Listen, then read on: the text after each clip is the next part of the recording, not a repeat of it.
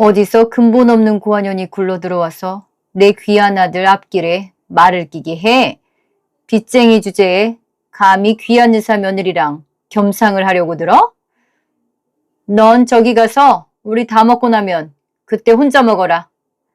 시어머니가 온 가족 앞에서 저에게 이렇게 소리치던 그날, 저는 앞치마를 집어던지고 남편의 도박 영수증을 밥상 위에 흩뿌렸습니다. 그리고 제 손에 쥐어진 아파트 청약 당첨 문자 하나로 30년 넘게 근본 없다고 손가락질 받던 제가 그 집안 전체를 무너뜨렸어요. 지금부터 제 이야기를 들려드릴게요. 사연 듣기 전에 구독과 좋아요 부탁드려요. 들으시는 그곳에 행운과 행복이 가득하시기를 바라겠습니다. 안녕하세요. 저는 30대 중반 여성입니다. 저는 부모님 얼굴도 모른 채 보육원에서 자랐습니다. 어릴 때부터 그랬어요. 명절이 되면 봉사자분들이 선물을 들고 찾아오시곤 했는데 그때마다 저는 다른 원생들과 함께 억지로 웃는 얼굴을 만들어야 했습니다.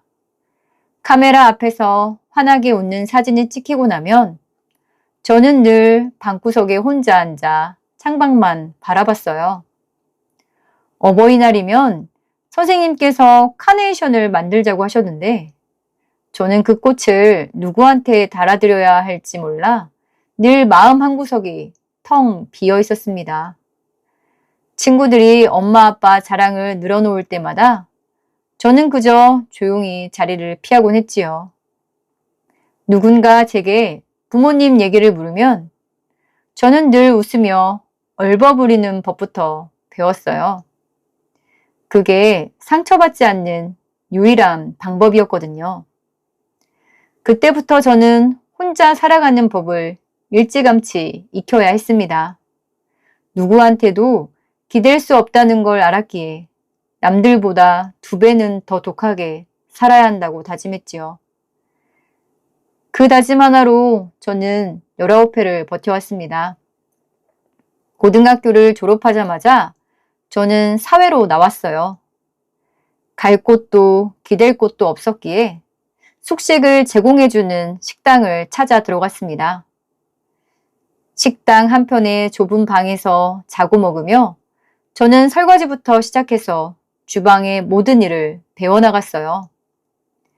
새벽부터 밤늦게까지 뜨거운 불 앞에서 국물을 우려내고 손님들 눈치를 보며 서빙을 했습니다. 손에 물집이 잡히고 터지기를 반복하면서도 저는 이 악물고 버텼어요. 사장님한테 혼나면서도 레시피 노트를 몰래 만들어 밤마다 그날 배운 걸 한자 한자 적어내려갔습니다. 명절이 다가오면 다른 직원들은 다들 들뜬 얼굴로 고향 갈 채비를 했지만 저는 오히려 마음이 무거워졌습니다. 식당도 명절 당일에는 하루 이틀 문을 닫았는데 저는 그 시간마저 혼자 있는 게 더 무서워서 일부러 마트나 고속도로 휴게소 같은 곳에 명절 특수 알바를 찾아다녔어요. 평소보다 시급이 2배씩 나오는 자리였으니 돈을 버는 핑계로는 그럴싸했지만 사실은 딱히 갈 곳도 할 일도 없이 혼자 방에 남겨지는 그 시간이 견디기 힘들어서였습니다. 명절 대목이라 밀려드는 손님들 사이에서 정신없이 몸을 움직이다 보면 적어도 그 순간만큼은 외로움을 잊을 수 있었거든요. 그렇게 일을 마치고 숙소로 돌아오는 귀갓길, 저는 창문마다 환하게 불이 켜진 집들을 지나치며 걸었습니다. 어느 집에서는 온 가족이 둘러앉아 왁자지껄 웃는 소리가 흘러나왔고 어느 집에서는 부침개 냄새가 골목까지 진동을 했지요. 저에게는 명절이 쉬는 날이 아니라 1년 중 가장 시끌벅적한데도 가장 외로운 날이었습니다. 그 소란스러운 웃음소리 사이를 홀로 걸으며 저는 언젠가는 저도 진짜 가족이라는 걸 가져보고 싶다는 생각을 했습니다. 그렇게 몇 년을 이 식당 저 식당을 전전하며 저는 웬만한 요리사 못지않은 손맛을 갖추게 되었어요. 20살 넘어서는 어느 정도 제 앞가림은 할 수 있게 됐지만 마음 한켠은 여전히 겨울처럼 시렸습니다. 22살이 되던 해 저는 심한 몸살로 며칠을 앓아누운 적이 있었어요.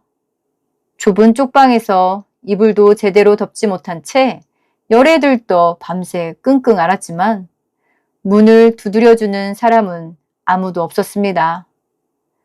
그때 저는 처음으로 이런 생각을 했어요. 내가 이대로 죽어도 아무도 모르겠구나.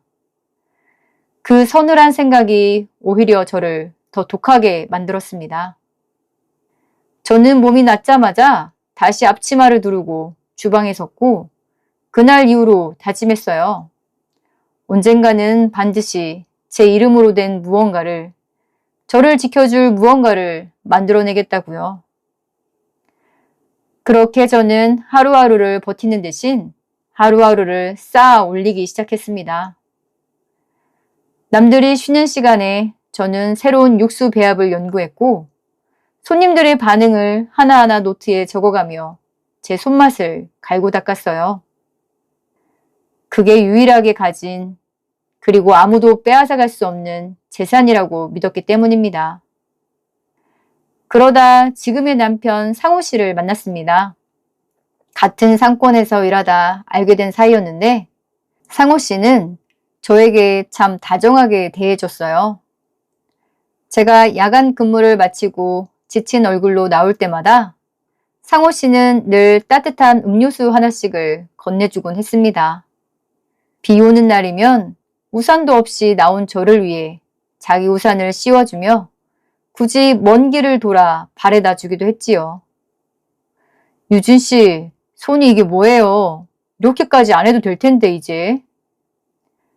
상호 씨가 제 물집투성이 손을 보며 안쓰러워하던 그 눈빛을 저는 아직도 잊지 못합니다. 그런 시선을 받아본 게 태어나서 처음이었거든요. 유진아, 너 이렇게 재주 좋은데 왜 아직도 남 밑에서 일해? 우리 같이 가게 하나 차려보자. 저는 그 말이 처음으로 누군가에게 인정받는 것 같아서 마음이 벅찼습니다. 평생 혼자였던 저에게 처음 생긴 진짜 가족이라는 생각이 들었거든요. 상호 씨가 프로포즈를 하던 날 저는 정말 많이 울었습니다. 반지도 크지 않고 근사한 이벤트도 아니었지만 그 순간만큼은 세상을 다 가진 기분이었어요. 이제 너는 혼자가 아니야. 내가 평생 네 편이 되어줄게. 그 말 한마디가 태어나서 처음으로 누군가에게 온전히 받아들여진 느낌을 줬습니다. 저는 그 말을 철석같이 믿었어요. 결혼식 날 부모님 자리에 아무도 앉아있지 않은 걸 보며 저는 잠깐 마음이 쓰렸지만 상호 씨가 제 손을 꼭 잡아주며 말했습니다. 이제부터 내가 네 가족이고 우리 엄마가 네 엄마야. 걱정하지 마. 저는 정말 세상을 다 가진 것 같았어요. 드디어 저에게도 돌아갈 곳이 생겼다고 믿었으니까요. 신혼 초에 저희는 좁은 원룸에서 살았지만 저는 그 시절이 제 인생에서 가장 반짝이던 순간이었다고 지금도 생각합니다. 퇴근하고 돌아오면 상호 씨가 라면 하나를 끓여놓고 저를 기다려주던 그 소박한 저녁상이 저에게는 세상 어떤 진수성찬보다 값진 식사였어요. 주말이면 저희는 손을 잡고 재래시장을 돌며 다음 가게에 쓸 그릇을 구경하고 저녁에는 나란히 누워 앞으로의 계획을 밤늦도록 이야기하곤 했습니다. 우리 가게 대박나면 유진이 너 손 안 시리게 새 장갑부터 사줄게. 그리고 우리 매년 결혼기념일마다 여행도 가자. 상호 씨가 그렇게 말하며 제 손을 꼭 쥐어줄 때마다 저는 이 사람이라면 평생 믿고 의지해도 되겠다고 생각했습니다. 보육원에서 자란 제가 처음으로 온전히 제 편이라고 믿을 수 있는 사람을 만난 것 같아서 저는 그 시절 매일 밤 감사한 마음으로 잠들었어요. 그렇게 저희는 결혼했고 제가 모아둔 돈과 남편이 받은 대출을 합쳐 작은 감자탕집을 차렸습니다. 가게 이름도 저희 둘이 며칠을 고민해서 지었고 간판을 다는 날은 정말 가슴이 뭉클했지요. 제 이름을 걸고 뭔가를 시작한다는 사실이 믿기지 않았습니다. 저는 새벽마다 뼈를 손질하고 육수를 우려내며 제가 아는 모든 노하우를 그 가게에 쏟아부었어요. 하루에 몇 시간도 못 자면서 이상하게 힘든 줄 몰랐습니다. 드디어 제 힘으로 뭔가를 이뤄가고 있다는 게 그렇게 뿌듯했어요. 손맛이 좋다는 입소문이 나기 시작하더니 어느 날 유명한 먹방 인플루언서가 저희 가게를 다녀갔습니다. 그 영상이 퍼지면서 가게는 그야말로 문전성시를 이뤘지요. 줄을 서서 기다리는 손님들을 보며 저는 그동안의 고생이 다 보상받는 기분이었어요. 저는 밀려드는 손님을 감당하느라 하루 종일 주방에서 나올 틈도 없었습니다. 자기는 요리에만 집중해. 이제 식자재 유통이랑 장부 관리는 내가 꼼꼼히 다 할게. 남편은 그렇게 말하며 카운터와 구매를 전담하겠다고 나섰어요. 저는 그 말을 듣고 정말 행복했습니다. 평생 혼자 다 짊어지고 살아왔는데 이제야 진짜 내 편이 생겼다고 믿었으니까요. 고생 끝에 드디어 행복이 찾아왔다고 저는 그렇게 굳게 믿었습니다. 그런데 그 행복은 오래가지 못했어요. 어느 순간부터 손님들이 하나 둘 이상한 말을 하기 시작했거든요. 여기 고기에서 이상한 냄새가 나는데요? 한 단골 손님이 인상을 찌푸리며 젓가락을 내려놓던 그 장면이 저는 아직도 생생하게 기억납니다. 저는 부랴부랴 주방으로 뛰어들어가 재료를 확인했지만 겉으로는 크게 이상한 점을 찾을 수 없었어요.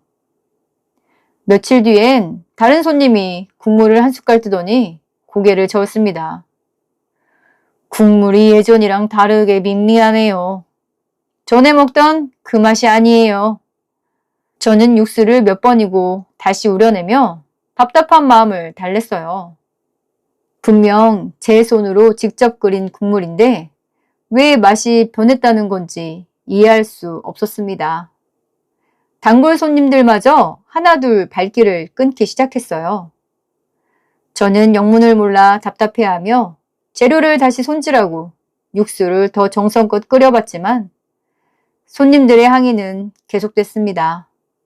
그 즈음 남편은 부쩍 예민해지고 밤늦게 들어오는 날이 잦아졌는데 저는 그저 가게 걱정에 힘들어서 그런가 보다 하고 넘어갔어요. 매출이 많이 줄어들었거든요. 나중에서야 알게 된 사실인데 남편은 질 나쁜 수입산 고기와 저급 식자재를 몰래 들여오고 있었던 거였습니다. 소문은 삽시간에 퍼졌고 저희 가게는 1년도 채 되지 않아 처참하게 문을 닫고 말았습니다. 셔터를 내리던 날 저는 텅 빈 가게에 앉아 한참을 멍하니 있었죠. 제 청춘과 손끝의 물집들이 그 안에 녹아 있었는데 그게 한순간에 사라져버린 기분이었어요. 빚더미에 앉은 저희 부부는 살던 전셋집마저 날리고 결국 시어머니 집으로 들어가게 되었습니다. 합가한 그날부터 시어머니의 태도는 완전히 다른 사람처럼 돌변했어요. 무당이 그러는데 근본 없는 고아년이 들어와서 내 아들 앞길에 막 끼고 상문살이 뻗쳤다더라. 저는 그 말을 듣는 순간 숨이 턱 막혔습니다. 식당이 망한 게 오롯이 제 사주 탓으로 돌아가는 그 순간 저는 정말 억울했지만 아무 말도 할 수가 없었어요. 가진 것도 기댈 곳도 없는 제가 이 상황에서 무슨 말을 할 수 있었겠어요.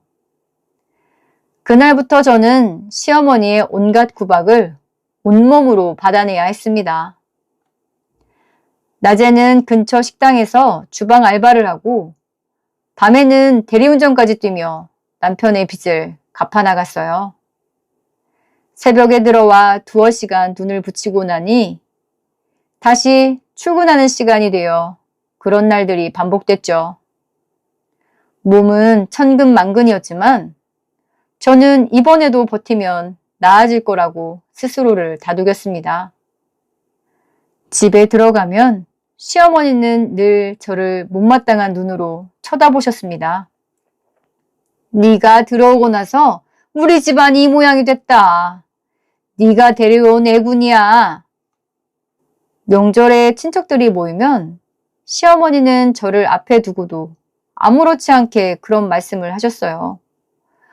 부모도 없이 자란 애라 그런지 사주가 아주 드세더라고요. 그래서 우리 아들이 이 고생을 하네요. 저는 그 말을 들을 때마다 얼굴이 화끈거리고 손이 떨렸지만 아무 말도 할 수 없었습니다. 친척들 앞에서 부정하고 싶어도 부정할수록 더 이상하게 보일까봐 저는 그저 웃으며 고개를 숙일 뿐이었지요. 한 번은 제가 몸살로 며칠 앓아누운 적이 있었는데 시어머니는 걱정은커녕 아프다고 누워있으면 빚은 누가 갚니? 어서 일어나라. 일어나서 나가야지. 이렇게 말씀하셨습니다. 저는 그 순간 정말이지 세상에 저를 걱정해주는 사람이 단 한 명도 없다는 사실을 뼈저리게 느꼈어요. 이불 속에서 열에 들뜬 채로 저는 보육원 창가에 서 있던 어린 제 모습이 떠올랐어요. 그때도 지금도 저는 여전히 아무도 찾아와 주지 않는 아이였던 거죠. 또 한 번은 제가 밥상을 차리다가 국그릇을 살짝 엎질렀는데 시어머니는 기다렸다는 듯 언성을 높이셨습니다. 이래서 배운 게 없는 애들은 안 된다니까. 그릇 하나 제대로 못 나르니? 우리 아들이 무슨 죄로 저런 걸 데려와서. 저는 바닥에 쏟아진 국물을 닦으며 아무 대꾸도 하지 못한 채 그저 고개만 조아렸어요. 그날 밤 저는 화장실 물을 세게 틀어놓고 소리 죽여 울었습니다. 남편은 그런 저를 위로하기는커녕 어머니 눈치를 보며 아이의 방으로 숨어버리기 일쑤였어요. 엄마가 원래 좀 그러셔. 우리가 안타까워서 그러지. 그냥 조금만 참자, 유진아. 나도 힘들어, 지금. 그해 여름 시댁 식구들끼리 계곡으로 가족여행을 가는 날이 있었습니다. 저는 새벽부터 김밥을 싸고 짐을 챙기며 당연히 저도 함께 가는 줄 알았어요. 그런데 출발 직전 너는 집에 남아서 밀린 빨래나 해라. 빚진 처지에 놀러 다닐 형편이니 네가? 우리끼리 다녀올 테니 집이나 잘 지켜. 저는 짐가방을 든 채로 현관 앞에 멍하니 서 있었습니다. 차가 출발하는 소리를 들으며 저는 텅 빈 집에서 혼자 청소기를 돌렸어요. 창밖으로 매미 우는 소리만 가득한 그 여름날 오후 저는 걸레를 쥔 채 한참을 주저앉아 있었습니다. 남편은 그날도 저를 위해 단 한마디도 거들어주지 않았어요. 저는 그 순간 이 집에서 저는 가족이 아니라 그저 빚 갚는 일꾼일 뿐이라는 걸 뼈저리게 깨달았습니다. 보육원에서 혼자 자랄 때는 저는 그저 제 곁에 아무도 없어서 외로운 거라고 생각했어요. 가족이라는 게 생기기만 하면 그 외로움도 자연스레 사라질 거라고 믿었죠. 그런데 그날 텅 빈 집에 홀로 남겨져 걸레를 쥐고 앉아 있으면서 저는 그 생각이 틀렸다는 걸 알게 됐습니다. 사람은 완전히 혼자일 때도 외롭지만 분명히 가족이라는 울타리 안에 있으면서도 그 누구보다 외로울 수 있다는 것을요. 오히려 그쪽이 훨씬 더 시렸습니다. 아무도 없어서 외로운 건 그러려니 하고 견딜 수 있었는데 분명 한 지붕 아래 사람들이 있는데도 저 혼자만 다른 세상에 있는 것 같은 그 기분은 저를 훨씬 더 깊은 곳까지 갉아먹었어요. 그런데 시댁도 결국 세상과 다르지 않았습니다. 아니, 오히려 더 잔인했어요. 적어도 세상은 저에게 무관심하기라도 했는데 시어머니는 대놓고 저를 미워하며 짓밟았으니까요. 안 그래도 혈혈단신으로 살아온 저였기에 결혼과 함께 얻은 이 가족에게 정말 많은 기대를 걸었습니다. 이제는 명절에도 외롭지 않을 거라고, 아플 때 걱정해줄 사람이 생겼다고 저는 진심으로 그렇게 믿었어요. 그 기대가 이렇게 처참하게 무너지는 걸 지켜보며 저는 매일 밤 이불 속에서 소리 죽여 울었습니다. 지옥 같은 그 시집살이 속에서 저는 우연히 남편의 차 트렁크를 정리하다가 이상한 서류 뭉치를 발견했어요. 차를 세차해 주려고 짐을 옮기다가 스페어 타이어 아래 숨겨진 봉투 하나가 눈에 띄었죠. 별 생각 없이 열어봤는데 그 안에는 이중장부와 대포통장 거래 내역이 들어있었어요. 식당이 망한 진짜 이유는 불경기나 제 기운 탓이 아니라 남편이 싼 식자재를 쓰며 빼돌린 돈을 불법 스포츠 도박과 강남 룸살롱에 탕진했기 때문이었죠. 저는 그 서류를 손에 쥔 채 한참을 그 자리에 얼어붙어 있었습니다.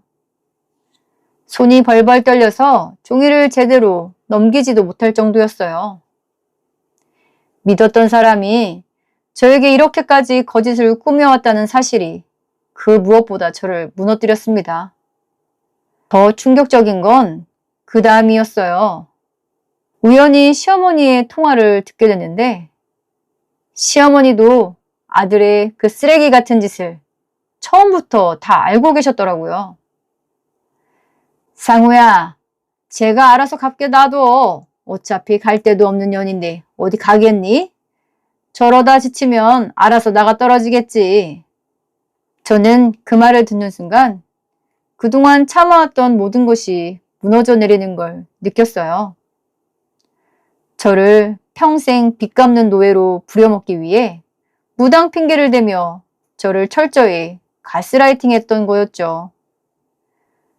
저는 그날 밤 화장실에 틀어박혀 몇 시간을 소리 죽여 울었습니다.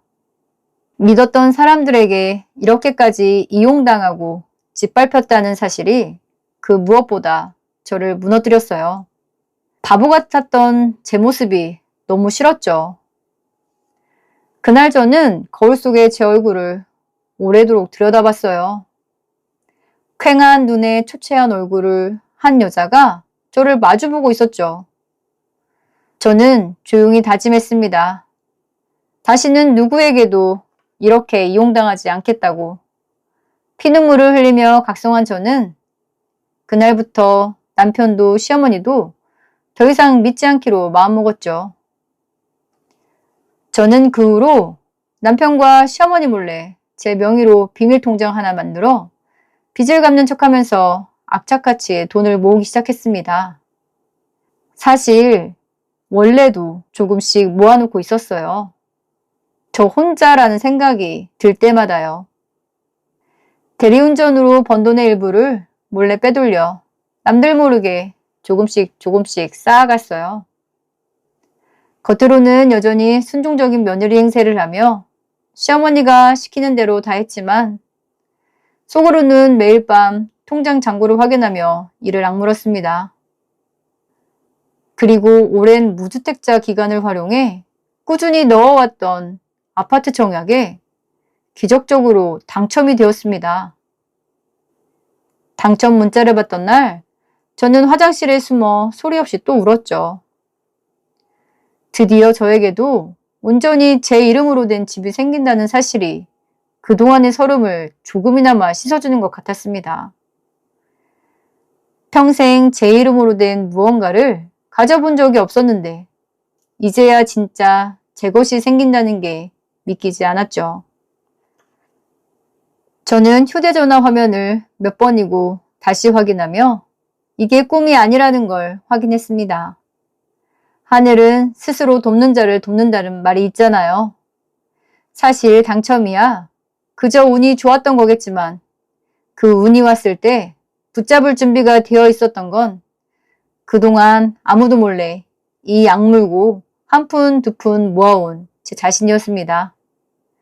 지금껏 저를 외면하기만 했던 세상이 처음으로 제 편을 들어주는 것 같아서 저는 그 밤 내내 벅찬 마음을 가라앉힐 수가 없었어요. 저는 곧바로 이혼하고 싶은 마음이 굴뚝 같았지만 인터넷을 뒤져보다가 계약을 마치기 전에 혼인 상태가 바뀌면 세대 구성이 달라졌다는 이유로 자격 요건을 다시 심사받거나 최악의 경우 부적격 처리되어 당첨 자체가 취소될 수 있다는 사실을 알게 됐습니다. 저는 이를 악물고 마음을 다잡았어요. 여기서 서두르다가 다 된 밥에 재를 뿌릴 수는 없었습니다. 저는 동호수 배정을 받고 정식으로 분양 계약서에 도장을 찍은 뒤 계약금까지 완납할 때까지 그 어떤 내색도 하지 않고 조용히 기다리기로 했어요. 그렇게 계약서에 제 이름 석자가 또렷이 박히고 계약금까지 온전히 치른 걸 확인하고 나서야 저는 비로소 다음 단계를 준비하기 시작했습니다. 그날부터 저는 남편의 결제 내역과 횡령 증거를 차곡차곡 모으며 완벽한 복수의 날을 기다렸습니다. 낮에는 서류를 사진으로 찍어 클라우드에 저장하고 밤에는 통화 내용을 몰래 녹음해뒀어요. 남편이 잠든 사이에 그의 휴대전화 메시지함을 캡처하고 룸살롱 결제 문자가 뜨는 날짜를 하나하나 달력에 표시해두기도 했습니다. 행여나 남편이나 시어머니가 눈치챌까봐 저는 매일매일 태어난 얼굴을 유지하려 애썼습니다. 때로는 심장이 터질 듯이 두려웠지만 저는 이제 더 이상 예전의 유약한 며느리가 아니었어요. 겉으로는 여전히 순종적인 며느리 행세를 하면서도 속으로는 하루하루 그날만을 기다렸습니다. 제가 정식으로 체결한 분양계약서 사본과 남편의 도박 사이트 입출금 기록, 시어머니의 가스라이팅 육성 파일까지 폴더별로 정리해 두었어요. 그 폴더를 볼 때마다 저는 더 이상 이 집안에 휘둘리지 않아도 된다는 확신이 조금씩 차오르는 걸 느꼈습니다. 그러던 중 시동생이 대학병원 의사인 예비 신부를 인사시키러 데려오는 날이 다가왔습니다. 시어머니는 온 동네방네 의사 며느리를 자랑하며 들떠 계셨죠. 귀 한 번 오시는데 재수없는 넌 눈에 띄지 마라. 행여 재수없는 소리 할 생각도 말고. 저는 그 말을 들으며 상다리가 부러지도록 잠치 음식을 차려야 했습니다. 새벽부터 전을 부치고 갈비찜을 하며 저는 손이 부르트도록 일했어요. 몇 년 전 그날처럼 저는 또다시 이 집안을 위해 제 손을 갈아넣고 있었습니다. 다만 이번엔 마음속에 두려움 대신 서늘한 각오가 자리 잡고 있었죠. 마침내 예비 신부가 도착하고 식사가 시작되려 할 때 시어머니는 상위에 놓여있던 제 수저를 슬쩍 치우며 말씀하셨습니다. 어디서 근본 없는 고아년이 굴러들어와서 내 귀한 아들 앞길에 말을 끼게 해.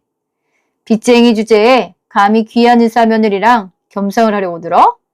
넌 저기 가서 우리 다 먹고 나면 그때 혼자 먹어라. 저는 그 말을 듣는 순간 온몸의 피가 거꾸로 솟는 것 같았어요. 그 자리에 있던 시동생과 어머니, 남편, 그리고 예비 신부까지 시선이 일제히 저에게 쏠렸고 저는 그 순간 정말이지 벌레가 된 기분이었어요. 평생 참아왔던 서러움이 한꺼번에 목구멍까지 차오르는 걸 느꼈죠. 저는 더 이상 이 사람들 앞에서 작아질 이유가 없다는 걸 깨달았어요. 그 순간 저는 앞치마를 집어던졌습니다. 그동안 준비해둔 남편의 도박장 입출금 내역과 룸살롱 결제 영수증 뭉치를 밥상위로 흩뿌렸죠. 어머님, 아들이 고깃값 빼돌려서 도박하고 여자 끼고 놀다 식당 말아먹은 거 다 아시면서 왜 제 탓하셨어요? 오늘부로 이 쓰레기 집안 식모 노릇은 끝입니다. 시어머니 얼굴이 하얗게 질렸어요. 예, 지금 무슨 짓이야? 이게 다 뭐야? 뭐긴 뭐예요. 어머님이 그렇게 감추고 싶어 하던 진실이죠. 아들이 도박에 미쳐서 살림 다 말아먹은 진실이요. 남편의 얼굴이 새파랗게 질렸어요. 당신 그거 어떻게 알았어? 그건 다 지난 얘기야. 어떻게 알았냐고? 그럼 당신은 언제까지 나 속이고 빚 갚는 노예로 부려먹으려고 했어? 평생 숨기고 나 고생만 시킬 생각이었어? 좀 진정해. 여기서 이럴 필요까진 없잖아. 재수 씨도 와 계신데. 진정이 돼? 당신이 도박하고 여자 만나는 동안 나는 대리운전 뛰면서 빚 갚았어. 당신 어머니는 그거 다 알면서도 나한테 상문살 낀 년? 말이 되니? 유진아, 목소리 좀 낮춰. 솔미 앞에서 이게 무슨 망신이야? 망신이요? 지금까지 저를 이 집구석에서 개돼지 취급한 건 망신 아니에요? 저 참을 만큼 참았습니다. 집안은 순식간에 발칵 뒤집혔어요. 경악한 솔미 씨가 떨리는 손으로 그 증거들을 한 장 한 장 확인하더니 얼굴이 점점 굳어졌죠. 서류를 넘기던 손이 결국 멈추고 그녀는 자리에서 벌떡 일어났어요. 지금 이게 다 뭔가요? 큰아드님이 도박의 여자까지 만나고 다녀요? 성실하고 자상한 분이시라면서요. 그리고 어머니, 어떻게 형님을 혼자 밥 먹으라고 하세요? 식모도 아니고. 시어머니는 아무 대답도 하지 못한 채 입만 벙긋거렸습니다. 솔미 씨는 그런 시어머니를 어이없다는 듯 쳐다보다가 이내 저를 돌아봤어요. 형님, 그동안 여기서 이런 취급 받으면서 사셨어요? 저는 정말 몰랐어요. 이 사람들이 이렇게 못된 사람들인가요? 저는 그저 씁쓸하게 웃어 보일 뿐이었습니다. 솔미 씨는 어머니에게 다시 단호하게 말했어요. 사람을 개돼지 취급하는 이런 파렴치한 집안이랑은 일초도 엮이기 싫네요. 저희 부모님께 있었던 일 다 말씀드릴게요. 파혼입니다. 솔미 씨는 그 말을 남기고 그대로 나가버렸어요. 그 모습을 지켜보던 시동생도 넋이 나간 채 아무 말도 하지 못했죠. 시어머니와 남편 앞에서 저는 활용점정으로 제 휴대전화 화면을 내밀었습니다. 정식으로 도장까지 찍은 아파트 분양계약서 사진이었어요. 저는 제 집으로 갑니다, 이제. 당신 도박빚은 이미 우리 집보다 훨씬 크니 나중에 재산 나눌 것도 없을 거예요. 남은 빚은 당신들끼리 평생 알아서 갚으세요. 저는 미리 준비해둔 이혼 소장을 식탁 위에 던지고 당당히 그 집 대문을 나섰어요. 현관문을 닫고 나서는 그 순간 저는 처음으로 온몸이 가벼워지는 걸 느꼈습니다. 그 후로 며느리의 돈줄이 끊긴 남편과 시어머니는 들이닥친 빚쟁이들에게 시댁집마저 빼앗기고 길거리로 나앉게 되었다고 하더라고요. 상호 씨는 도박빚까지 더해져 결국 개인회생을 신청했고 한동안 지인들 사이에서 얼굴도 못 들고 다닌다는 소문이 들려왔습니다. 시어머니는 동네 부녀회마저 발길을 끊었다고 했어요. 그렇게 온 동네에 자랑하고 다니던 의사 며느리 이야기가 이제는 정반대의 소문으로 온 동네에 퍼졌다고 하더군요. 시동생 내외는 파혼 사태 이후 부모님과 왕래를 완전히 끊었다는 소식도 들려왔습니다. 그 소식을 들으면서 후련했어요. 한때는 저 사람들이 제 유일한 가족이라고 믿었는데 지금은 그저 지나간 악몽의 한 장면처럼 느껴질 뿐이었죠. 이혼 절차를 밟는 동안 상호 씨는 몇 번이나 저에게 연락을 해왔지만 저는 단 한 번도 받지 않았어요. 한 번은 아파트 앞까지 찾아와 사정하듯 문자를 보낸 적도 있었죠. 유진아, 미안해. 한 번만 다시 생각해주면 안 될까? 나 지금 갈 곳도 없어. 저는 문자를 한참 들여다보다가 아무런 답장도 하지 않고 휴대전화를 뒤집어 놓았습니다. 예전 같았으면 마음이 흔들렸을지도 모르겠어요. 가족에 대해서 생각을 많이 했던 그 시절에는요. 하지만 이제 저에게는 지켜야 할 제 삶이 있었어요. 저는 지금 제 이름으로 된 아파트에서 처음으로 온전히 제 삶을 살고 있습니다. 이사하던 날 텅 빈 거실에 혼자 앉아서 한참을 울었어요. 서러워서가 아니라 태어나서 처음으로 진짜 제 공간이 생겼다는 벅찬 마음에서였습니다. 창문으로 들어오는 햇살을 보며 저는 이제야 제대로 숨 쉴 수 있을 것 같다고 느꼈어요. 요즘은 예전 식당에서 함께 일했던 동료가 소개해준 곳에 다시 요리를 시작했는데 제 실력을 알아봐주는 사장님 덕분에 하루하루가 즐겁습니다. 유진 씨 손맛이 정말 좋네요. 나중에 독립하셔도 되겠어요. 그 말을 들을 때마다 저는 제가 걸어온 길이 헛되지 않았다는 걸 느낍니다.